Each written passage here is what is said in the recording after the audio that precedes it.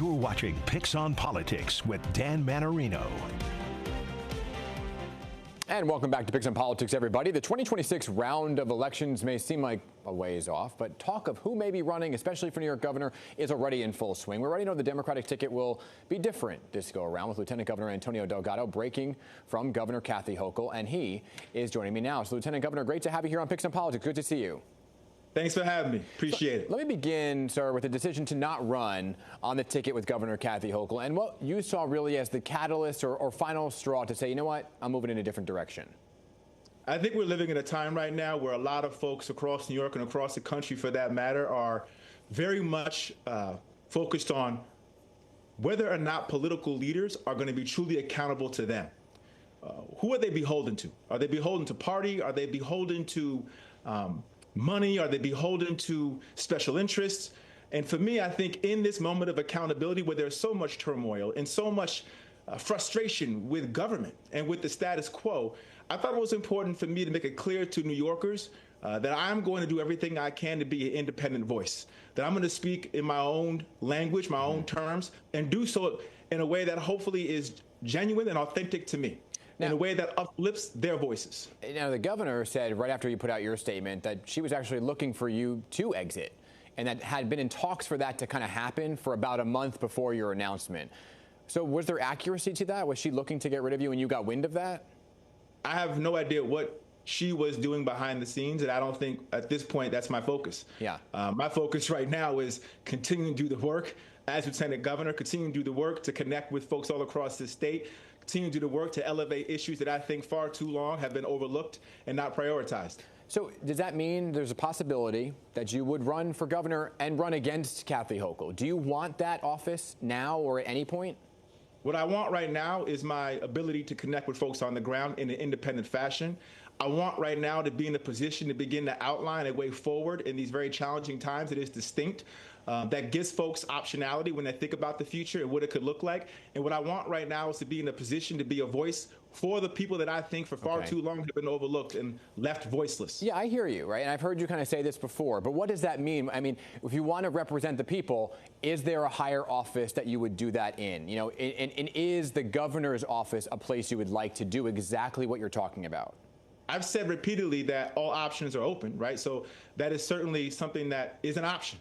But what is reality right now is the work that happens day in and day out. And I do think it's very, very important to keep oneself in reality, to stay grounded to what's happening right now. There's a lot going on right now, both at the national level and across this state. People are hurting every single day, and it is important to elevate those voices, to center our agenda on economic security and economic freedom, and to do it in a way that people can genuinely feel inspired about the future. Yeah, and I think that because what you're saying nationally and locally, right, that there is a lot of concern and frustration, and it comes down to politics as well. So how do you ensure a voter or a constituent that things are getting done, that you as Lieutenant Governor can work effectively with the governor in the time being? So what is your communication and relationship with Kathy Hochul? I think what's more important is how am I communicating with the public? How am I communicating with the legislative body? How am I in a position to elevate issues that oftentimes aren't being discussed or solutions that oftentimes are being overlooked? I am an independent actor. I am independently elected. I have a responsibility in this role to take that job very seriously and to articulate, whether it's in healthcare, whether it's in housing, whether it's in wages, whether it's in climate, you name it. But what how do you do that? How do you do that, right? Because she effectively kind of stripped you your offices, removed you from the Capitol building, right? So I guess the question is, how do you ensure the trust? Now, just to be clear, I'm still in the Capitol building. I have an office in the Senate office. Yeah. I have a staff. I travel around the state. I still engage. I'm still talking to you. I still have a platform. I'm still on the ground. I was just with labor folks out in Syracuse, traveling and taking in a training center. I was just at a school, at a clergy meeting. So the work continues. I'm still doing the work. I'm still engaging with the community. I just did a fatherhood event with a great group of folks out in Westchester. So this idea that I have to continue to work is imperative. And it's something that I take great pride in doing. And there's abundance of opportunities for me. to engage with the public and to engage with the legislative body and to uplift their priorities as well when it comes to how do we set forth an agenda that will meet the needs of working folks all across our state. Yeah, and you mentioned that you're still in the Capitol building, right? So let me go there for a second, because President Trump's border czar, Tom Homan, visited Albany this past week. He threatened to double the number of federal immigration agents in New York if Governor Hochul doesn't cooperate with the Trump administration's immigration efforts. So how do you see that all playing out? Do you think that the governor should be cooperating more with somebody like Tom Homan in the Trump administration? How do you see this playing out? I think it's very important that New York does not retreat from its values. We are the epicenter, I should say, of multiculturalism, of multi-religious. We are the epicenter of tolerance and acceptance. And we have always been at the forefront of progress in this country, whether it's women's rights, whether it's LGBTQ rights, whether it's immigrant rights, whether it's founding of the NAACP, whether it's labor rights. We've always been out front as a state, setting the example. And I do think that right now in this moment, what I would call a moral crisis of leadership, we need New York to stand up and to continue to hold the line in that regard. Absolutely. Yeah, and I just had the city council speaker on talking about sanctuary city status and how that's kind of in their hands, right? Whether or not sanctuary city laws should be changed. So from your vantage point, do you think New York City in particular should be a sanctuary city? New York City is a sanctuary city, and there's nothing about that law specifically that prevents us from cooperating with the federal government when we have convicted criminals, or when there is a judicial warrant, or when there's a judicial order. These are all the aspects of reality that happen every single day. What's happening right now is that there's a concerted effort by the federal government to take this argument and this narrative and to sweep in law-abiding individuals who've been here for decades, who are tax-paying individuals, who work on our farms, who work in small businesses, who are raising their children, thousands and hundreds of thousands of them all across our fellow New Yorkers, all across this state, that the federal government, with its intention here, is looking to sweep up and deport.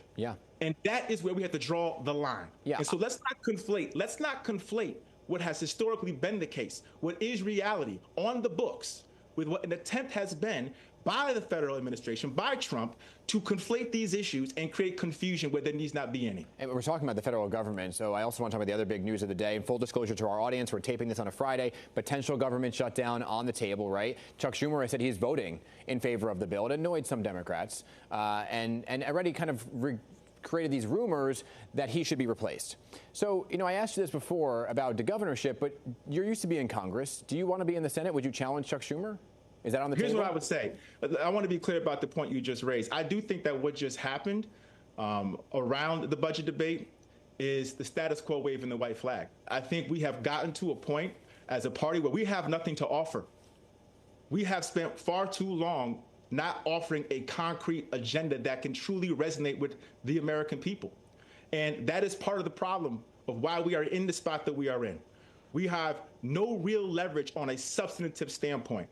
If you're going to take drastic measures, you better have the confidence to be able to stand on what you are prepared to offer New Yorkers and the American people, whether that's a health care agenda, whether that's a housing agenda, whether that's a wage agenda. But you better have an agenda that you can actually deliver to the people, that you can unite the people around. And what this whole moment has revealed to me is that we don't have it. And we haven't had one for a very, very long time.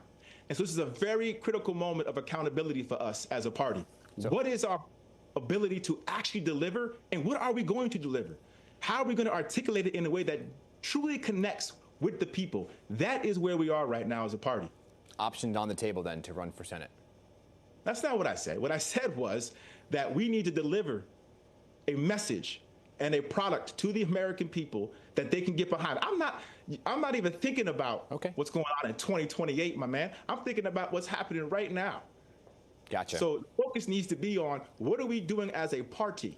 What are we doing as a party to meet the people where they are and deliver a agenda that they can really get behind? Lieutenant Governor, you're fascinating to talk to. Come on back, okay? We'll have you back soon, okay? Appreciate you, man. Good Thanks stuff. for having me. All right.